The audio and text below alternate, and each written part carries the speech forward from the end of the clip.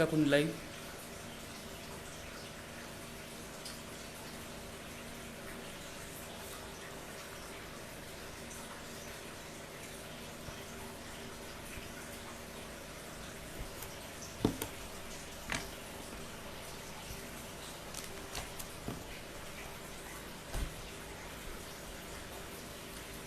जय शिवराय तुषार दादा, जय भीम. थोड्या वेळ थांबूत आपण आणि काही लाईव्ह लोक आले की सुरू करूयात.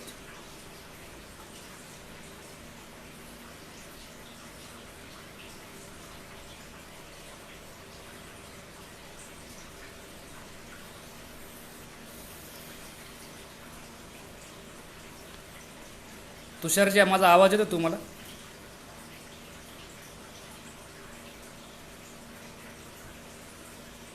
आवाज येत असेल तर. किशोर, जय शिवराय, जय भीम.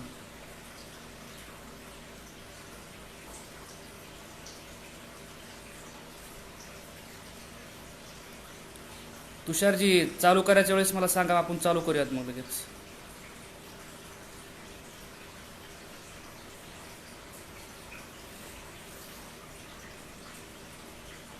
ठीक आहे.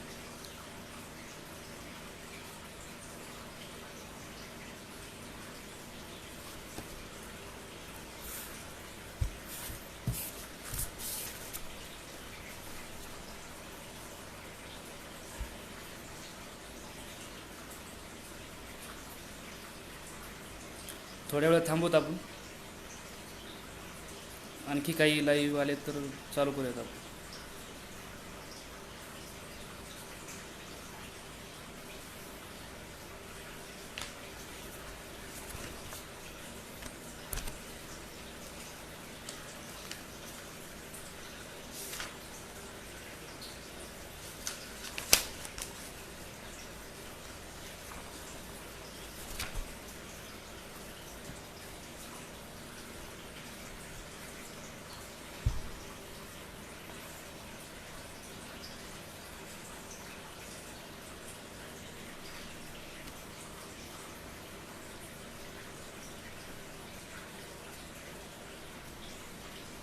अमोल खरात, जय भीम, जय शिवराय.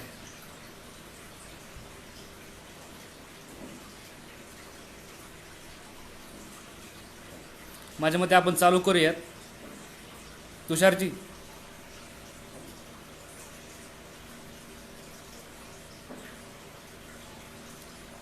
बेळीकर आज साहेब आलेत वाटतं.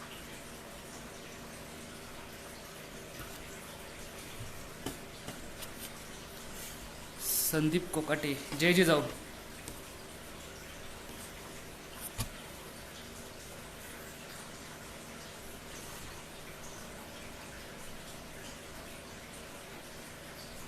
ठीक आहे तुषारजी, आपण चालू करूयात आता.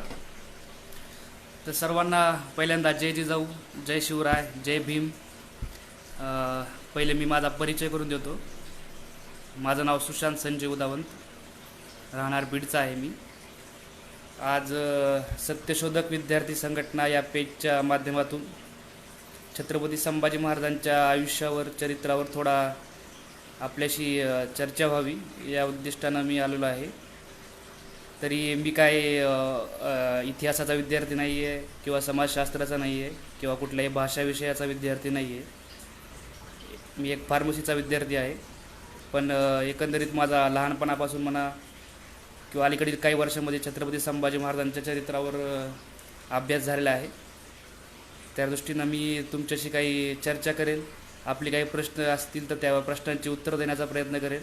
आणि माझा जो आजचा विषय आहे, छत्रपती संभाजी महाराज आणि परकीय सत्ता, आणि त्यांच्या आयुष्यातील काही दुर्लक्षित किंवा आणखी काही मला असं बाबी वाटतात की त्या सांगितल्या पाहिजेत तुम्हाला. त्यामुळेच आजचा हा आपला सत्यशोधक विद्यार्थी संघटना या पेजवरचा लाईव्ह. काही चुकलं असेल तर मला नक्की कळवा. त्याला खूप लहान वयात माझा हा प्रयत्न आहे की संभाजी महाराजांचं चरित्र आपल्यापर्यंत पोहोचावं. मला असं कळलं की या लाईव्हच्या माध्यमातून जे काही लोक आज बघत आहेत ते इतिहास अभ्यासक देखील आहेत, तत्त्वज्ञानाचे अभ्यासक देखील आहेत. निश्चितच आपला अभ्यास माझ्यापेक्षा खूप जास्त असेल, पण एक छोटा भाऊ म्हणून माझ्या काही चुका जरी झाल्या आजच्या लाईव्हमध्ये तर त्या मला सांगत जा. तर आपण आज या आपल्या लाईव्हला सुरुवात करूयात. तर एका कवीने फार छान एक कवन लिहिलेलं आहे. ते कवन मी तुम्हाला पहिल्यांदा म्हणून दाखवतो की शिवतेजाचा गगनी चमकला ऐसा एकच तारा, शुभाचा तो शंभू राजा सांगत सुटला वारा. बालमनाचा कवी हा पहिला सर्वांवरती दरारा, अरे साहस पाहुणी मृत्यूही गेला कित्येकदा माघारा. अरे स्वराज्य टिकविले लढा देऊनी शत्रूला थरकाप, शुभानंतर दख्खन येतो तो औरंग्याचा बाप, शंभू औरंग्याचा बाप. महाराष्ट्राच्या भूमीमध्ये आणि दख्खनच्या या भूमीमध्ये आपल्या 5 लाख सैन्याला आणि 4 लाख जनावरांना छत्रपती शिवाजी महाराजांचं स्वराज्य नष्ट करण्यासाठी औरंगजेब आलेला होता. त्या औरंगजेबाला आपल्या अवघ्या 9 वर्षाच्या या तख्तावर आल्यानंतर च्या आयुष्यामध्ये छत्रपती संभाजी महाराजांनी सळो पळो करून सोडलं. पण छत्रपती संभाजी महाराजांचा एकंदरीत इतिहास जर आपण आजपर्यंत इतिहास अभ्यासाकडे जरी पाहिला तर जी काही आपल्याकडची स्वदेशी साधनं होती किंवा ज्या बखरी लिहिल्या गेल्या किंवा संदर्भ ग्रंथ वगैरे लिहिले गेले, त्यातून छत्रपती संभाजी महाराजांची काही लोकांनी बदनामी करत गेले. त्यात मग अनेक बखरी असतील, काही अलीकडचे संदर्भ साधने असतील, ज्या बखरीमध्ये उल्लेख करावा वाटतो की जी सर्वात म्हणजे ज्या बखरीने छत्रपती संभाजी महाराजांची खूप बदनामी केली ती म्हणजे चिटणीस बखर, जी की 1810 साली लिहिली गेली. त्यानंतर शिवदिग्विजय नावाची बखर आली, ती जी लिहिली गेली 1818 त्यानंतर अनेक काही बखरी आल्या. त्यानंतर त्याच बखरीला आधारून इंग्रजांचा जो एक अधिकारी होता ग्रँटअप, त्याने 1826 साली मराठ्यांची बखर म्हणून एक संदर्भ ग्रंथ लिहिला इतिहासाचा. तो देखील आज आपल्या या महाराष्ट्रामध्ये उपलब्ध आहे. तो जरी आपण वाचला किंवा ही चिटणीस बखर वगैरे वाचली तर एकंदरीत ह्या साहित्याचा किंवा या संदर्भ साधनाचा जरी आपण अभ्यास केला तर लक्षात येईल की खूप शब्दाला वाक्याला या लोकांनी छत्रपती संभाजी महाराजांची बदनामी केली. पण आपण आजचा विषय तो नाही आहे. आपल्याला आजचा विषय हा पाहायचा आहे की एकीकडे ह्या स्वदेशी साधनांनी स्वदेशी लोकांनी आपल्याच मातीतल्या लोकांनी छत्रपती संभाजी महाराजांची लेखनातून बदनामी केली, पण परकीय जी साधने होती किंवा परकीय जे लेखक होते ते आपल्या डायऱ्यांमध्ये आपल्या पत्रांमध्ये काय सांगतात त्या दृष्टीने आपण आपल्या लाईव्हकडे वळूयात. आणि छत्रपती संभाजी महाराजांच्या चरित्राविषयी काही लोकांनी विकृत बुद्धीतून किंवा काही वेगळ्या मानसिकतेतून जे लिखाण केलं ते देखील जे मी तुम्हाला आज पुरावे सांगणार आहे त्या माध्यमातून ते नक्कीच त्या गोष्टीचं खंडन होईल. तर आपण छत्रपती संभाजी महाराजांचा एक प्रसंग आपल्याला माहिती आहे की आग्र्याच्या सुटकेमधून छत्रपती शिवाजी महाराजांना सोडवण्यासाठी ज्या 2 व्यक्तींनी मदत केली त्यामध्ये त्यांचेच पुत्र होते छत्रपती संभाजी महाराज, जे की अवघे 9.5 वर्षाचे होते, आणि दुसरे होते ते कवी कलश. आता यानंतर छत्रपती संभाजी महाराज छत्रपती शिवाजी महाराज आग्र्याच्या कैदेतून सुटल्यानंतर ते पुन्हा राजगडावर आले. त्यानंतर त्यांनी छत्रपती शिवाजी महाराज आणि छत्रपती संभाजी महाराजांनी राज्यकारभाराला सुरुवात केली. आता या आग्र्याहून सुटकेच्या नंतर जो काळ आहे तो छत्रपती संभाजी महाराजांच्या युवराजपदाचा काळ आहे. तर या काळामध्ये अनेक कटकारस्थानं झाली, त्यांना बदनाम करण्याचे प्रयत्न अनेक लोकांनी केले. पण याच काळामध्ये काही परकीय लोकांनी स्वराज्याला भेटी दिल्या किंवा स्वराज्याशी त्यांचा संबंध आला. तर 1668 ते 1672च्या दरम्यानमध्ये भारतामध्ये एक फ्रेंच प्रवासी आला होता. आता हा फ्रेंच प्रवासी कुठे आला होता तर 1672च्या दरम्यान शिवाजी महाराजांनी संभाजी महाराजांना एक कामगिरी सोपवली होती. ती कामगिरी अशी होती की त्यांनी गुजरात आणि गुजरातमधील खंबायत आणि भागानगर जी भाग आहेत त्या भागामध्ये त्यांना लढाईसाठी पाठवलं होतं छत्रपती संभाजी महाराजांना शिवाजी महाराजांनी. आणि त्यावेळेस तिथेच एक फ्रेंच प्रवासी आला होता ज्याचं नाव आहे ॲबे कॅरे. आता ॲबे कॅरेने छत्रपती संभाजी महाराजांना पाहिलेला आहे. तर तो त्याचा एका पत्रामध्ये किंवा एका डायरीमध्ये त्यांचा काय उल्लेख करतो तो मी तुम्हाला सांगणार आहे. 1672 साली त्यांनी एका आपल्या डायरीमध्ये उल्लेख केलेला आहे छत्रपती संभाजी महाराजांच्या कर्तृत्वाचा. तर तो काय सांगतो, जे एकीकडे स्वदेशी साधनं त्यांना बदनामीच्या खाईमध्ये ढकलून देतात, पण परकीय लेखक काय म्हणतात आपण ते आता पाहूया. आता ॲबे कॅरे त्यांच्या डायरीमध्ये काय म्हणतो त्याचं मराठी भाषांतर उपलब्ध आहे, ते मी तुम्हाला वाचून दाखवतो. की तो म्हणतो, शिवाजीराजांनी आपल्या सैन्याचे विभाग करून शेजारच्या सर्व शत्रूंवर एकाच वेळी हल्ला चढविला आहे. शत्रू सैन्य त्यांच्यात मुलखात गुंतून ठेवल्याने ती एकजुटीने आपल्या मुलखात चढाई करण्यास येऊ नयेत, हा त्यांचा मुख्य उद्देश होता. शिवाजीराजांनी सर्वात शूर अशा 10,000 सैन्याचा एक विभाग आपल्या मुलाच्या ताब्यात दिला होता. हा युवराज लहान आहे तरी धैर्यशील व आपल्या बापाच्या कीर्तीस साजेल असाच शूरवीर आहे. शिवाजीराजांसारख्या युद्धकुशल पित्याच्या बरोबर राहून तो युद्धकलेत तरबेज झालेला असून चांगल्या वयोवृद्ध सेनापतीचाही बरोबरी करली इतका तो तयार आहे. तो मजबूत बांध्याचा असून अतिस्वरूपवान आहे. त्याचे सौंदर्य हाच सैनिकांचे त्याच्याकडे आकर्षण वाढविणारा मोठा गुण आहे. सैनिकांचे त्याच्यावर फार प्रेम आहे व ते त्याला शिवाजीसारखाच मान देतात. फरक इतकाच की ह्या सैनिकांस संभाजीच्या हाताखाली लढण्यास विशेष धन्यता वाटते. ते आपल्या कर्तबगारीचे सर्व श्रेय आपल्या छोट्या सेनापतीस देतात. संभाजी ही कुणी कर्तबगारी करून दाखवली तर त्याचे कौतुक करतो व त्याचे समोर घडलेल्या शौर्याचे चीज संभाजीकडून ताबडतोब बक्षीस रूपाने झाल्याशिवाय राहत नाही. संभाजीस खानदेश व गुजरात प्रांतीय राजांवर स्वारी करण्याचा हुकूम झाला होता. आपल्या बापाने आपणास एवढी महत्त्वाची व मोठी कामगिरी सांगितलेली पाहून त्यास धन्यता वाटली आणि मोठ्या उत्साहाने कार्यप्रेरित होऊन तो आपल्या सैन्यानिशी आपल्या कारभाराच्या अगदी प्रारंभाचे विशेष पराक्रम करून दाखवण्यास उद्युक्त झाला. ज्यांच्यावर तो स्वारी करणार ते त्याच्या नावाच्याच दर्याने पळून गेले. त्यामुळे त्याला यश व कीर्ती मिळविणे सोपे गेले. अगदी थोड्याच अवधीत त्याने बराचसा प्रांत काबीज केला. आता हे जे वर्णन आहे ते एका फ्रेंच प्रवासाचं आहे आणि या वर्णनाचा साल आहे 1672. म्हणजे स्वदेशी साधनं जी आहेत, बखर वगैरे संदर्भ ग्रंथ, ज्यांनी 1670 ते 1680च्या दरम्यान छत्रपती संभाजी महाराजांचा जो इतिहास आहे कल्पोकल्पित घटनांनी कथांनी रंगून काढला, त्या काळातलं हे वर्णन आहे. त्यानंतर अनेक त्यांना परकीय लेखक किंवा परकीय वकील वगैरे भेटले, ते देखील आपण पाहणार आहोत. त्यानंतर 1673 साली काय झालं, टॉमस निकल्स म्हणून इंग्रजांचा एक वकील आहे, तो रायगडावर आला. तो रायगडावर ह्या संदर्भात आला की छत्रपती शिवाजी महाराजांनी इंग्रजांची एक वखार उद्ध्वस्त केली होती राजापूरची. तर त्या राजापूरच्या वखारीच्या संदर्भामध्ये तिथला जो गव्हर्नर होता मुंबईचा, तर त्याने टॉमस निकल्सला सांगितलं की तुम्ही रायगडावर जा, छत्रपती शिवाजी महाराजांची भेट घ्या. आता छत्रपती शिवाजी महाराज त्यांनी आणखी एक त्यांना सांगितलं की जर छत्रपती शिवाजी महाराज रायगडावर नसतील तर तिथे त्यांचा कोणता अधिकारी असेल तर त्याला भेटा, आणि जर तो नसेल तर त्याचा मुलगा तिथे आहे तर त्याला भेटा. मग टॉमस निकल्स रायगडावर आला. रायगडावर आल्यानंतर छत्रपती शिवाजी महाराज रायगडावर नव्हते, ते काही कामानिमित्त बाहेर गेले होते. मग छत्रपती शिवाजी महाराज नाही म्हणल्यावर गव्हर्नर त्यांना सांगितलं होतं की तुम्ही छत्रपती शिवाजी महाराजांच्या मुलाला भेटा, छत्रपती संभाजी महाराजांना. आणि त्या मे 1673 साली छत्रपती संभाजी महाराज आणि टॉमस निकल्स याची भेट झाली. आता हा दुसरा एक परकीय वकील आहे जो की छत्रपती संभाजी महाराजांना भेटला गेला. आता यानंतर 6 जून 1674 साली छत्रपती शिवाजी महाराजांचा वैदिक राज्याभिषेक झाला.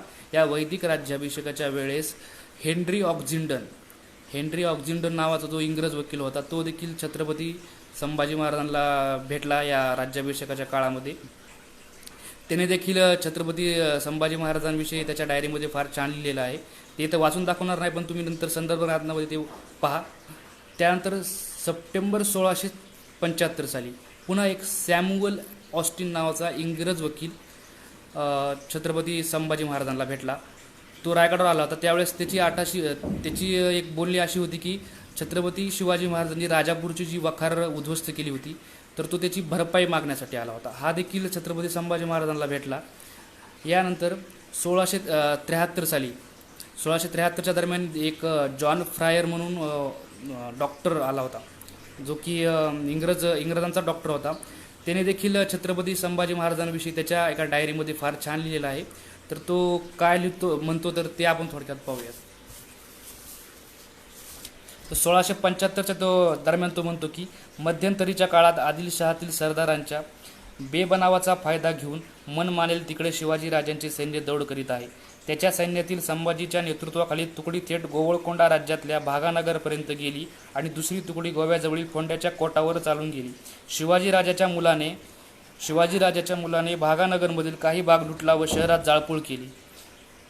तोच बहिलोल खान आडवा आल्यामुळे त्याला चुकवीत दुसऱ्याच रस्त्याने परत फिरला. वाटेत संभाजीराजाने हुबळी, रायबाग आणि इतर बाजारपेठावर छापे घालून त्या लुटल्यावर, असं जॉन फ्रायर सांगतो. हे जॉन फ्रायर ह्याच्यामध्ये काय सांगतो की छत्रपती संभाजी महाराजांनी जो पराक्रम त्या काळामध्ये गाजवला त्याविषयी तो सांगतो. आता यानंतर जानेवारी 1677 सालचं इंग्रजांचं एक पत्र आपल्याकडे उपलब्ध आहे. तर हे सुरतकर इंग्रजांचं पत्र आहे, जी सुरतेला त्यांची वकार होती. तिथून एक ते पत्र मुंबईकरांच्या इंग्रजांना लिहितात. तर त्या पत्रामध्ये छत्रपती संभाजी महाराजांविषयी काय म्हणतात ते आपण पाहूयात. शिवाजीच्या फरमानाची मात्र तितकी खात्री वाटत नाही. हे आमच्या ध्यानात आहे, परंतु त्याची भरभराट होऊन राज्य वाढत आहे. यामुळे आपल्याच राज्यात तो आमची लूट करील अशी शंका घेवत नाही. त्याच्या मरणानंतरही काळजी करण्याचे कारण दिसत नाही, कारण त्याच्या मुलाला मुकुट म्हणजे अधिकार प्राप्त झाला असून तो बराच समंजस दिसतो. हे इंग्रज सांगतात बरं का त्यांच्या पत्रामध्ये, Suratkar. His son is already crowned and sufficient understanding he appears. 1677 सालचा जो काळ आहे, जो की बखरकार लोकांनी छत्रपती संभाजी महाराजांच्या चरित्रामध्ये कल्पोकल्पित नायिका घुसवून त्यांचं चरित्र बदनाम करण्याचा जो काळ आहे, त्या काळातला हे पत्र आहे. त्या पत्रामध्ये ते इंग्रज म्हणतात की त्याला छत्रपती संभाजी महाराजांना मुकुट अधिकार प्राप्त झाला असून ते बरेच समंजस दिसतात, असे इंग्रज सांगतात बरं का. आपले स्वदेशी लोक सांगत नाही. ते बरकी वकील काय सांगतात ते आपण पाहिलं पाहिजे. मग 1671 पासून ते 1600 जवळपास 80पर्यंतचा अनेक पत्र इंग्रजांचे, डचांचे, फ्रेंचांचे वकिलांचे जे उपलब्ध आहेत, त्या कुठल्याही पत्रामध्ये किंवा त्यांच्या कुठल्याही डायरीमध्ये अशी नोंद नाही की छत्रपती संभाजी महाराजांनी शिवाजी महाराजांचं राज्य बुडवलं. ते व्यसनी वगैरे होते, बदफैली होते, किंवा त्यांनी अनेक लोकांवर अत्याचार केले किंवा अनेक लोकांना हत्तीच्या पायी वगैरे दिलं. निश्चितच संभाजी महाराजांनी हत्तीच्या पायी काही लोकांना दिलं, पण त्यामागे त्या लोकांनी केलेले कट कारस्थानं होते. उगीच कोणी शिक्षा कोणाला करत नाही. आणि या कटवाल्यांचा जरी आपण एक अभ्यास जर केला तर या लोकांची ज्या लोकांनी बाजू घेतली, बखरकारांनी वगैरे, त्यांनी छत्रपती संभाजी महाराजांना उग्र प्रकृती ठरवण्याचा प्रयत्न केला. तर उग्र प्रकृती छत्रपती संभाजी महाराज बिलकुल नव्हते. ते एक शांत आणि संयमी राज्यकर्ते होते. याचं कारण असं की छत्रपती संभाजी महाराजांविरोधात अनेक कट रचले गेले. पहिला जो कट झाला पन्हाळगडावर असताना, पन्हाळगडावरच्या कटामध्ये छत्रपती संभाजी महाराजांनी कटातील सर्व लोकांना माफ केलं. दुसरा कट जो झाला पन्हाळगडावरची किल्ल्यावरती, त्यांना मत्स्यांनातून विष देण्याचा प्रयत्न केला.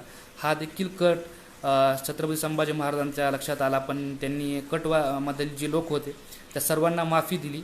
आणि तिसरा जो कट त्यांच्या छत्रपती संभाजी महाराजांच्या स्वराज्याच्या जीवावर उठला होता की अकबराला अर्ध राज्य देऊ करण्याचा, त्या कटातील लोकांना छत्रपती संभाजी महाराजांनी माफ केलं नाही, सर्वांना मृत्यूदंडाची शिक्षा दिली. आणि हे कुठल्याही राज्यकर्त्याने केलेलं एक उत्तम पाऊल असतं. कारण राजद्रोह्यांना एकदा माफ केलं ठीक आहे, दोनदा माफ केलं ठीक आहे, पण 3 चुका कुठं माफ नसतात. म्हणून त्यांना उग्र प्रकृती ठरवण्याचा जे लोक प्रयत्न करतात त्यांना आपण निश्चित सांगितलं पाहिजे की त्यांनी जे केलं ते बरोबरच होतं. आणि उग्र प्रकृती जरी लोक म्हणत असले तर एक गोष्ट लक्षात ठेवा, हे जे 3 कट झाले, या तिन्ही कटामध्ये जे काही लोक मारले गेले किंवा ज्या लोकांना शिक्षा झाल्या, त्या प्रत्येक लोकाच्या कुटुंबातील प्रत्येक व्यक्तीला, एका व्यक्तीला छत्रपती संभाजी महाराजांनी स्वराज्यात सामील करून घेतलेला आहे.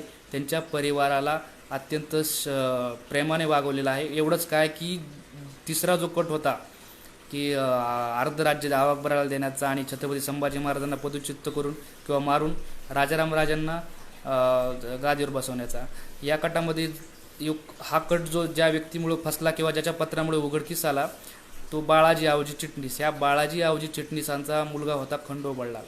आता हा खंडोबळलाल 1683च्या दरम्यान छत्रपती संभाजी महाराजांनी जी पोर्तुगीजांविरुद्ध आघाडी उघडली होती, त्या आघाडीमध्ये लढाया किंवा घोड्यावर बसणे असेल किंवा उन्हात फिरणे वगैरे किंवा काही कारणास्तव तो आजारी पडला. आणि आजारी पडल्यानंतर त्याला रक्ताच्या उलट्या झाल्या. तर रक्ताच्या उलट्या झाल्यानंतर हे छत्रपती संभाजी महाराजांना कळालं. छत्रपती संभाजी महाराज स्वतः त्याच्या जवळ गेले, त्याचा सर्व काही उपचार केला आणि त्या व्यक्तीला स्वतःचा घोडा जो छत्रपती संभाजी महाराज स्वतः वापरत होते तो देऊन टाकला. एवढं प्रेम एखाद्या व्यक्तीबद्दल दाखवतात की ज्या व्यक्तीचा बाप आपल्या विरुद्ध कटकारस्थानामध्ये मारला गेला, ज्याच्या वडिलाच्या बापाने की आपल्याला मारण्याचा प्रयत्न केला, त्या व्यक्तीच्या मुलाबद्दल छत्रपती संभाजी महाराज हे प्रेम दाखवतात. आणि या एवढ्या सर्व गोष्टी लक्षात घेऊन आपल्याला ह्या इतिहासकार कसं सांगतात की छत्रपती संभाजी महाराज हे उग्र प्रकृतीचे होते किंवा रागीट वगैरे होते, हे निश्चितच चूक आहे मित्रांनो. त्यानंतर जो आपला आजच्या लाईव्हचा विषय आहे छत्रपती संभाजी महाराज आणि परकीय सत्ता, तर मी तुम्हाला परकीय सत्तेतील काही लोकांच्या नोंदी तुम्हाला इथं दाखवल्या. या नोंदीहून आपल्याला एक नक्की लक्षात येतं की छत्रपती संभाजी महाराजांचं चरित्र किती तेजस्वी आणि छत्रपती शिवाजी महाराजांच्या कीर्तीला साजेल असंच होतं. कारण आपल्याकडच्या स्वदेशी साधनांनी किंवा बकरींनी त्यांचे छत्रपती संभाजी महाराजांचे चरित्र बदनाम केलं. पण हे परकीय कारण ह्या परकीय लेखकांच्या नोंदी जर पाहिल्या आपण, तर कुठेही त्यांनी छत्रपती संभाजी महाराजांविषयी बदनामकारक लिखाण वगैरे केलेलं नाही किंवा ते आज सिद्धही झालेलं आहे. छत्रपती संभाजी महाराजांच्या चरित्राचे जे गाडे अभ्यासक आहेत इतिहासाचार्य वासी बेंद्रे यांनी ही सर्व पत्र जी आहेत इंग्लंडला गेले, ते इटलीला गेले, अनेक परकीय सत्तेच्या देशांमध्ये गेले आणि त्यांनी ही पत्र जगासमोर आणली आणि छत्रपती संभाजी महाराजांचं चरित्र जगासमोर एक छत्रपती शिवाजी महाराजांच्या कीर्तीला शोभेल असंच आणलं. आपण इकडच्या ज्या स्वदेशी साधनं आहेत त्या लोकांनी त्यांची सारखी बदनामीच करत गेले. आणखी एक मुद्दा छत्रपती संभाजी महाराजांच्या चरित्राविषयी मला सांगावाचा वाटतो, तो म्हणजे छत्रपती संभाजी महाराजांचं चरित्र जर पाहिलं तर आपण एक व्यक्तीचा फार उल्लेख केला जातो, ते म्हणजे त्यांच्या पत्नी येसूबाई. आता सर्व महाराष्ट्राला माहीत आहे की छत्रपती संभाजी महाराजांच्या प्रथम पत्नी ह्या येसूबाई होत्या, पण फार कमी लोकांना माहीत आहे की छत्रपती संभाजी महाराजांच्या एक द्वितीय पत्नी देखील होत्या. हे फार कमी लोकांना माहीत आहे. त्याबद्दल मी थोडं तुम्हाला बोलणार आहे. तरी काही चुकलं या मुद्द्याबद्दल किंवा काही रेफरन्स देखील सांगत आहे, ते देखील जर चुकीचे असले तर मला कळवा तुम्ही. पण माझा हा एक मानस आहे किंवा माझा एक अभ्यास आहे की एक फार इतिहासातील विद्वान लोकांनी शोधून काढलेले पुरावे आहेत की छत्रपती संभाजी महाराजांच्या द्वितीय पत्नी ज्यांचं नाव होतं दुर्गाबाई. आता दुर्गाबाईविषयी अनेक इतिहासकार किंवा साहित्यिक लेखक वगैरे फार कमी लिहितात किंवा काही जण तर लिहितच नाहीत. पण अलीकडेच 2005 साली पानिपतकार डॉक्टर विश्वास पाटील यांची एक कादंबरी छत्रपती संभाजी महाराजांवर आलेली आहे, ती म्हणजे संभाजी. त्यामध्ये त्यांनी उल्लेख केलेला आहे, त्यांनी काही पुरावे दिलेले आहेत. आणि 1970 साली डॉक्टर कमल गोखले जे आहेत, डॉक्टर कोमल गोखले यांनी सुद्धा त्यांच्या शिवपुत्र संभाजी या संदर्भ ग्रंथामध्ये, जो की महाराष्ट्र शासनाने पुरस्कृत केलेला ग्रंथ आहे, त्या ग्रंथामध्ये देखील त्यांनी दुर्गाबाईंचा उल्लेख केलेला आहे. त्यांनी त्यामध्ये काही पुरावे दिलेले आहेत, ते पुरावे देखील तुम्हाला मी सांगण्याचा प्रयत्न करत आहे. जे काही इतिहास अभ्यासक असतील त्याच्या दृष्टीने फार महत्त्वाचं असेल की दुर्गाबाई यांचा इतिहास साधनामध्ये किंवा संदर्भ साधनामध्ये उल्लेख कुठे कुठे सापडतो की ज्यावेळेस छत्रपती संभाजी महाराज दिलेर खानाला जाऊन मिळाले, तर यामागे त्यांचं एक राजकारण होतं. पण या गोष्टीच्या मुद्द्यावरून देखील अनेक इतिहासकार त्यांना बदनाम करण्याचा प्रयत्न करतात. पण सध्या तो आपला मुद्दा नाही. पण माझा मुद्दा आहे की त्यांच्या द्वितीय पत्नी ज्या होत्या दुर्गाबाई यांच्याविषयी काय काय उल्लेख सापडतात की 1679 साली छत्रपती संभाजी महाराज हे मोगली कैदेतून वापस आले दिलेर खानाच्या. पण त्यांच्या ज्या द्वितीय पत्नी होत्या दुर्गाबाई राणीसाहेब, तर ह्या त्यावेळेस गरोदर होत्या. पण गरोदर असल्यामुळे त्यांना धावपळ जमली काही नाही किंवा तिथून त्यांना छत्रपती संभाजी महाराजांसोबत निघून जाता आलं नाही. त्यामुळेच त्या बहादूरगडचा जो किल्ला आहे अहमदनगरजवळचा श्रीगोंद्याचा, तिथंच त्या अडकून पडल्या. त्यांच्यासोबत त्यांच्या बहीण देखील होत्या छत्रपती संभाजी महाराजांच्या, ज्यांचं नाव होतं राणूबाई. या दोघी तिथेच अडकून पडल्या. नंतर 1680 साली छत्रपती शिवाजी महाराजांचं महानिर्वाण झालं. त्यानंतर 1681 साली छत्रपती संभाजी महाराजांचा राज्याभिषेक झाला. राज्याभिषेक झाल्यानंतर 1682 साली छत्रपती संभाजी महाराजांना वाटू लागले की दुर्गाबाई राणी साहेबांना आपण सोडून आणलं पाहिजे.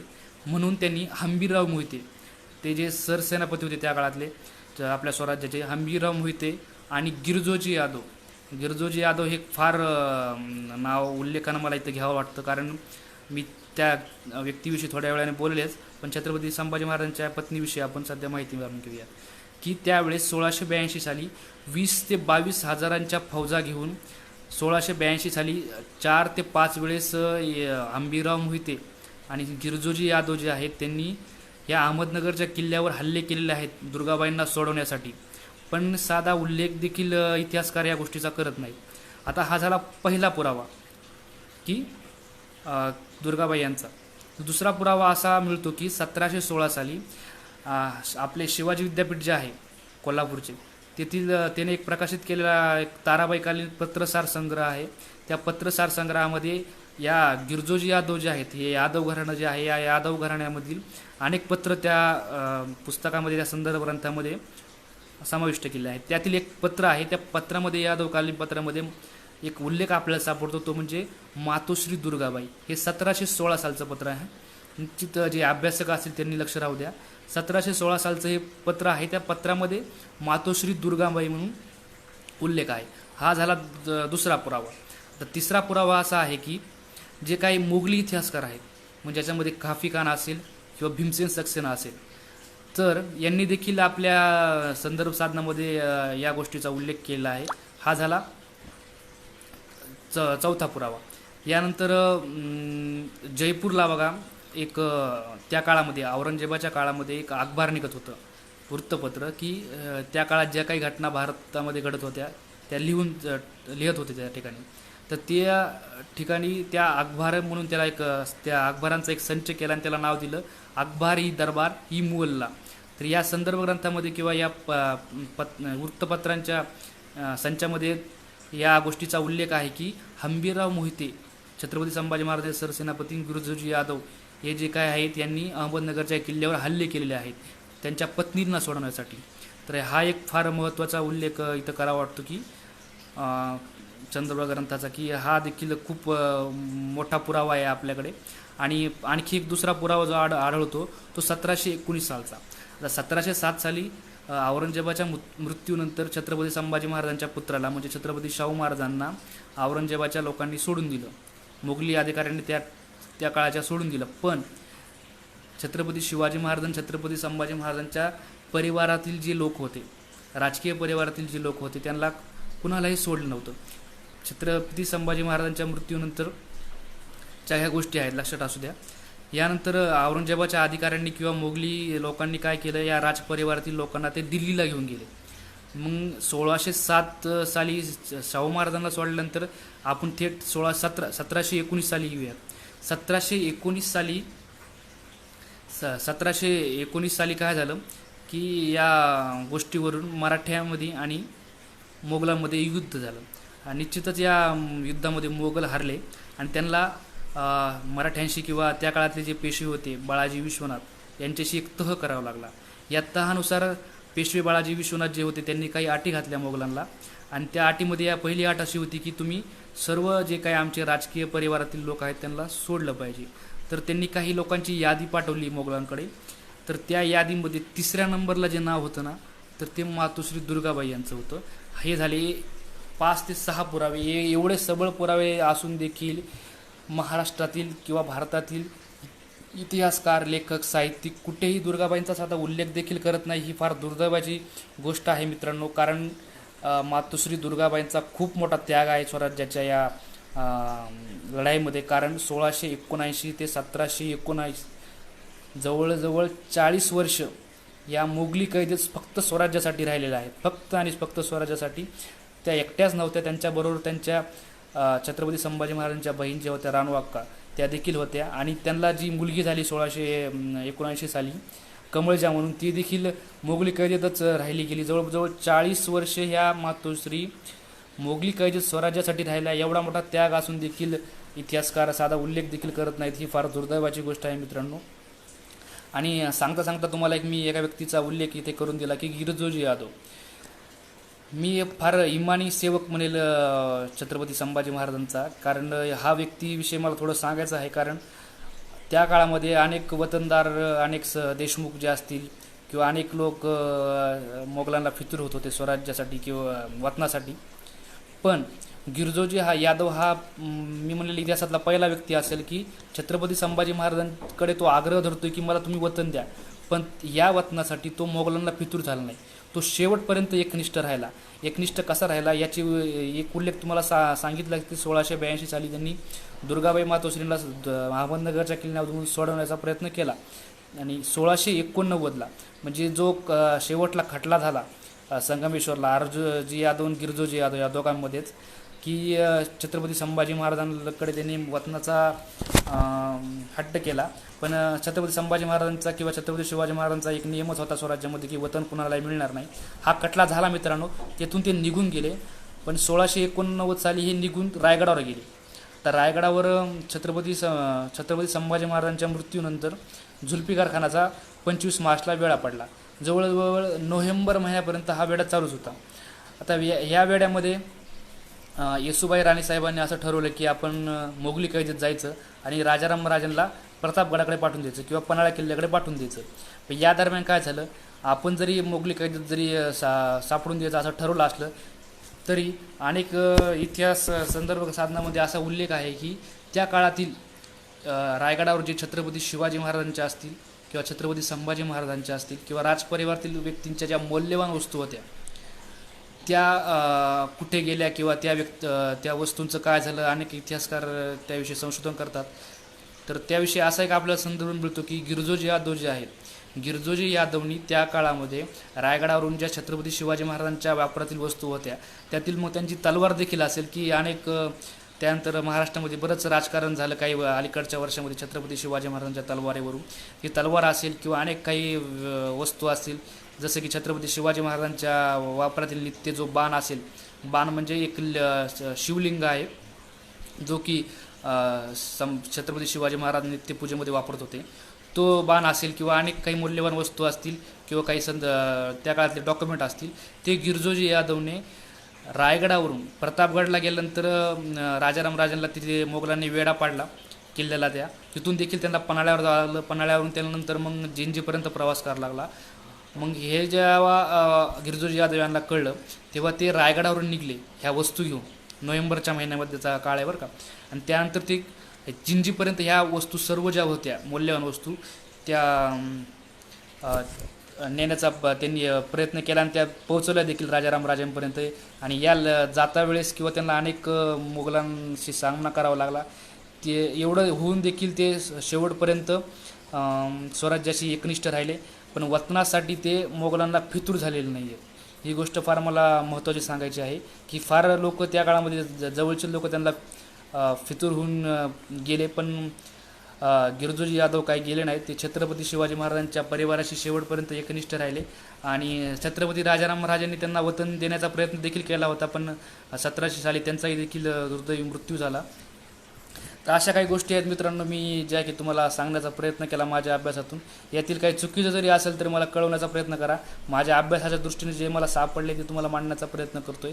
जर चुकीचं असेल तर मी नक्कीच काही मान्य करेल. संदर्भ द्या मला तुम्ही काही चुकत असेल तर. आणखी एक व्यक्तीचा फार उल्लेख मला या ठिकाणी करावा लागतो की तो म्हणजे कवी कलश यांचा. तर जे स्वदेशी साधनं होते त्यांनी देखील छत्रपती संभाजी महाराजांचं चरित्र बदनामच केलं. पण कवी कलश यांचं देखील म्हणजे खूप त्यांचं नाही त्यांच्याविषयी लिखाण करण्यात आलं, त्यांना देखील बदनाम करण्यात आलं. पण जिथं आपले फितूर होत होते तिथं हा परका माणूस म्हणजे जो की वाराणसीचा आहे काशीचा, तो छत्रपती संभाजी महाराजांसोबत मृत्यूच्या अखेरच्या दारापर्यंत होता मित्रांनो. म्हणून त्यांच्या कुठल्याही कार्याबद्दल किंवा त्यांच्या एकंदरीत चरित्राबद्दल संशय घेण्याचं काहीच कारण नाही. कारण शेवटपर्यंत छत्रपती संभाजी महाराजांना त्यांनी साथ दिलेली आहे. आणि अलीकडे बऱ्याच लोकांनी इतिहासकारांनी सिद्ध केलेलं आहे की आणि काही इतिहासकार असा आरोप करतात की कवी कलश यांच्यामुळे छत्रपती संभाजी महाराज शेवटच्या क्षणी पकडले गेले. हे देखील फार झूट आहे मित्रांनो. यात कुठलीही सत्यता नाही. कारण कवी कलश जर फितूर असते तर औरंगजेबाने त्यांना सोडून दिलं असतं, पण तसं झालेलं नाही आहे. औरंगजेबाने त्यांना छत्रपती संभाजी महाराजांच्या अगोदर मारलेलं आहे. छत्रपती संभाजी महाराजांवर जे काही आपल्याला अत्याचार करायचे आहेत त्याची ट्रायल हा औरंगजेब कवी कलश यांच्यावर करत होता. नंतर छत्रपती संभाजी महाराजांकडे तो वळत होता. म्हणून खूप मोठा त्याग आहे व्यक्तीचा या कवी कलश यांचा. म्हणून त्यांचं देखील चरित्र बदनाम करू नका मित्रांनो. आणखी काही आपले जर प्रश्न असतील तर निश्चितच मला या कमेंटच्या माध्यमातून विचारण्याचा प्रयत्न करा. मी त्याची उत्तरं देण्याचा प्रयत्न करेल.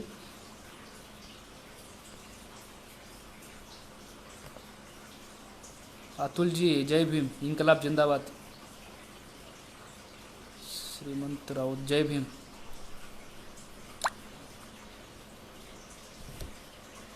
जवळजवळ अर्धा तास झाला मित्रांनो मी आपल्याशी बोलत आहे. आपले काही प्रश्न असतील तर मला सांगण्याचा प्रयत्न करा. त्याचे उत्तर देण्याचा प्रयत्न करेल मी.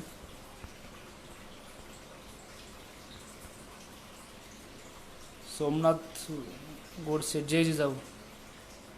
अतुलजी म्हणतायत की संभाजी प्रथमचे कारस्थान. हा मी आता सांगितलं की ह्या बकर कराड लोकांनीच त्यांचं चरित्र बदनाम करण्याचा प्रयत्न केला. कारण या लोकांच्या जर चिटणीस बकरी जर आपण चिकित्सा केली तर हा चिटणीस जो आहे मल्हार रामराव चिटणीस याचा खापरपंजा म्हणजे बाळाजी आवजी चिटणीस, की ज्याला छत्रपती संभाजी महाराजांनी तिसऱ्या काठामध्ये हत्तीच्या पायी दिलेला आहे. आणि याच गोष्टीचा राग त्याने मनामध्ये धरला आणि छत्रपती संभाजी महाराजांची त्याची जी बकर आहे, छत्रपती संभाजी महाराजांची बकर म्हणून जी प्रसिद्ध आहे, त्यामध्ये त्यांनी वाक्याला किंवा पॅरेग्राफला पानाला छत्रपती संभाजी महाराजांचं नावासोबत बदनामी केली आहे. याला निश्चित त्याचा काहीतरी पूर्वग्रह दूषित मानस असावा. आणि त्यानंतर ज्या लोकांनी त्या बकरीचा अभ्यास केला त्यांनी देखील असंच लिखाण केलं. आणि ही बदनामीची मालिका अखेरपर्यंत नाटकं असतील, साहित्यिक असतील, ते लिखाण केलेल्या कादंबऱ्या असतील त्यांनी, किंवा सिनेमे असतील, तिथपर्यंत गेली. आणि संभाजी महाराजांचं चरित्र जे बदनाम होत राहिलं ते होतच राहिलं. पण 1960 साली वासी बेंद्रे जे आहेत त्यांनी या गोष्टीला पूर्णविराम लावण्याचा प्रयत्न केला. आणि या पूर्णविराम लावण्यामागे त्यांचं जवळजवळ 1918 पासून ते 1960 पर्यंत हे जे तुम्हाला अगोदर मी संदर्भ सांगितले ना इंग्रजी वकिलांचे किंवा परकीय लोकांचे, की या संदर्भ साधनाचा त्यांनी अभ्यास केला. आणि 42 वर्ष संशोधन करून, जोक नाही मित्रांनो, 42 वर्ष कुठे, 42 वर्ष संशोधन करून त्यांनी 1960 साली छत्रपती संभाजी महाराजांचं एक चांगलं चरित्र आपल्या महाराष्ट्राला अर्पण केलं.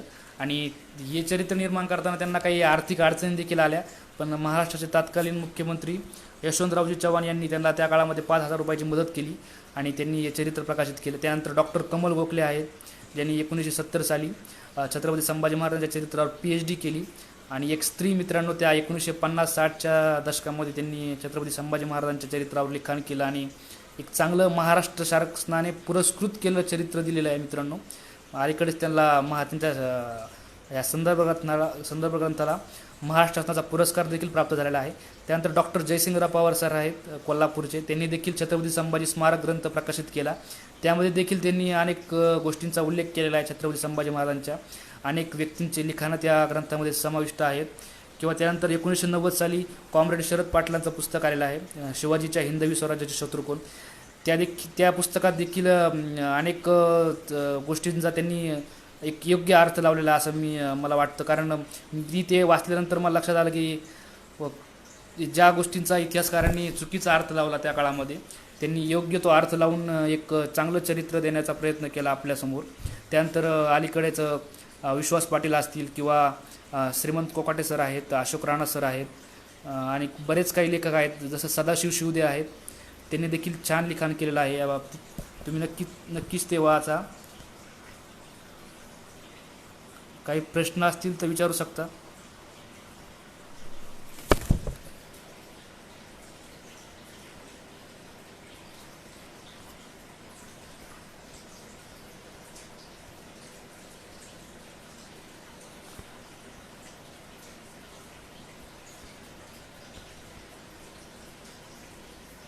ठीक आहे मित्रांनो, जय जिजाऊ जय शिवराय. आपला लाईव्ह इथं संपतो असं जाहीर करतो. धन्यवाद.